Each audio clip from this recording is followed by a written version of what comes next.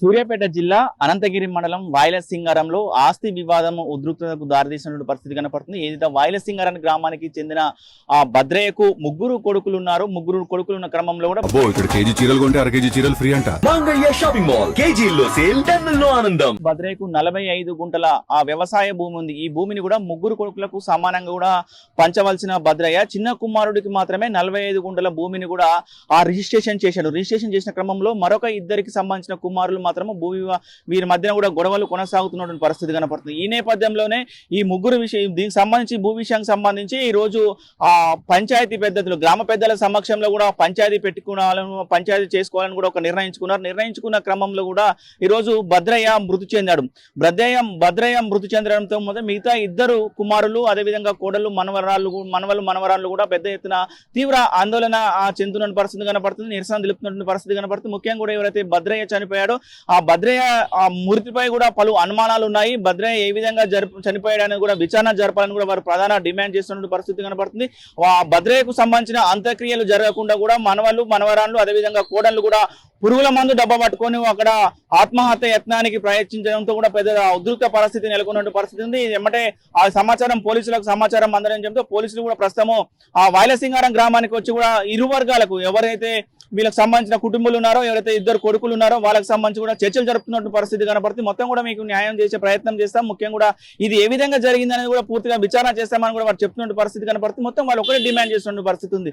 మొత్తం కూడా ఇద్దరు కుమారులు ఇద్దరు కోడళ్ళు మాత్రం ఒకటే డిమాండ్ చేస్తారు. ఎవరైతే భద్రయ్య ఉన్నాడో భద్రయ్య ఏ విధంగా చనిపోయాడు ఎట్లా చనిపోయాడు మాత్రం పూర్తి విచారణ జరపాలని కూడా వారు ప్రధానంగా డిమాండ్ చేస్తున్న పరిస్థితి. ఈ నేపథ్యంలో పోలీసులు కూడా చర్చలు జరిపిస్తున్న పరిస్థితి. ముఖ్యంగా అయితే ఇప్పుడైతే ఎవరైతే భద్రయ్య ఉన్నాడో భద్రయ్యకు సంబంధించిన అంత్యక్రియలు పూర్తి చేయండి. పూర్తి చేసిన తర్వాత కూడా దీని సమస్య మొత్తం కూడా చర్చించే ప్రయత్నం దీని మీద మాట్లాడించే ప్రయత్నం చేద్దామని కూడా పోలీసులు నచ్చచెప్తున్నటువంటి పరిస్థితి కనపడుతుంది. మొత్తాన్ని కూడా ఇది అయితే కోడళ్ళు ఉన్నారో కోడళ్ళు మాత్రం సస్య మీరు అంటున్నటువంటి పరిస్థితి కనపడుతుంది. దీనిపై కూడా పూర్తిగా విచారణ జరుపుతామని చెప్పడంతో కూడా కొంచెం శాంతింపజేసినట్టు కూడా పరిస్థితి కనపడుతుంది. మొత్తం కూడా భద్రయ్యకు సంబంధించిన అంత్యక్రియలు పూర్తయిన తర్వాత వీళ్ళందరినీ కూర్చోబెట్టి కూడా మేము హామీ ఇస్తాము. ఇటు ఎవరైతే గ్రామ పెద్దలు ఉన్నారో అదేవిధంగా పోలీసులు ఉన్నారో వీరి సమక్షంలో కూడా మీకు న్యాయం చేస్తామని చెప్పడంతో కూడా ఈ సమస్య మొత్తం కూడా సర్దుమరిన పరిస్థితి కనపడుతుంది. దీనికి సంబంధించిన ఆ కోడళ్ళు ఉన్నారు, వాళ్ళు మీడియాతో మాట్లాడుతున్నారు. ఏం మాట్లాడుతున్నారో చూద్దాం. అనంతగిరి మండలం ఈ మా పంచాయతీ వచ్చేసి గుడిగ భద్రయ్య, ఆయనకి ముగ్గురు కొడుకుల్లో పెదనాన్న వాళ్ళు మేము రెండో వాళ్ళము. చిన్న వాళ్ళు మాకు తెలియకుండా మా పేరు మీద మా తాతగారి భూమిని మా ముత్తాత గారి భూమిని వాళ్ళ పేరు మీద రిజిస్ట్రేషన్ చేయించుకున్నారు. మా పర్మిషన్ లేక మాకు తెలియకుండా అక్రమంగా రిజిస్ట్రేషన్ చేయించుకున్నారు. 45 గుంటలు. అయితే ఇప్పుడు ఏం జరిగిందండి? మాకు తెలియకుండా వాళ్ళు భూమిని రిజిస్ట్రేషన్ చేయించుకున్నారు. అందులో మా ముగ్గురికి వాటా ఉంది. మేము నెల రోజుల నుంచి తిరుగుతున్నాము. మాకు కోర్టు ద్వారా కాకుండా పెద్ద మనుషుల ద్వారా సాల్వ్ చేసుకుందామని మేము ఎంత ప్రయత్నించినా మాకు వాళ్ళు అవకాశం ఇవ్వట్లేదు. పెద్ద మనుషుల్లోకి రావట్లేదు. పెద్ద మనుషులు కూడా మాకు న్యాయం చేయట్లేదు. అసలు మాకు ఈ ఊళ్ళో న్యాయమే జరగట్లేదు. మేము నెలల కొద్దిగా తిరుగుతున్నాం. మా నాన్నగారు చనిపోయి 9 సంవత్సరాలు అయ్యింది. 9 సంవత్సరాలలో ఈ తాతయ్య నాయనమ్మ అని వచ్చినా మమ్మల్ని ఇంటి గుమ్మని దొక్కనివ్వలేదు. మనవరాళ్ళని వాళ్ళు రానివ్వలేదు. మాకు చాలా అన్యాయం జరిగిందండి. మా నాన్నగారు ఆస్తి కూడా తెచ్చుకొని తిన్నారు. అయినా సరే వాటికి సాక్ష్యాలు లేక మేము బయట పెట్టుకోలేదు. సరేనా పోనీ వదిలేసినాం. ఇప్పుడు ఈ భూమిని మాత్రం వదిలే ప్రసక్తి లేదు సార్. ముగ్గురికి సమానంగా వాటా ఇవ్వాల్సిందే. ఒక్కడు ఎలా తీసుకుంటాడు?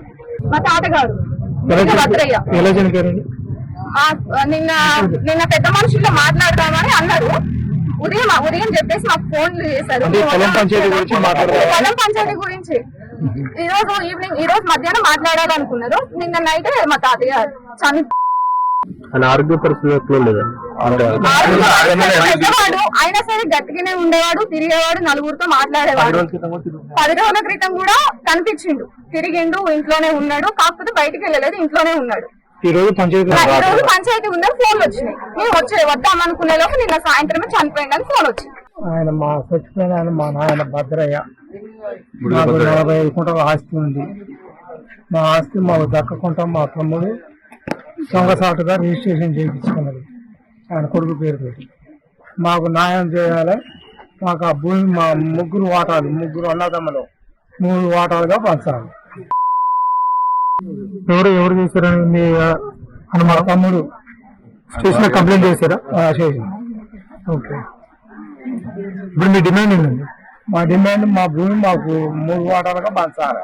ఇల్లు 3 వాటాలు, మా నాన్న అలాగే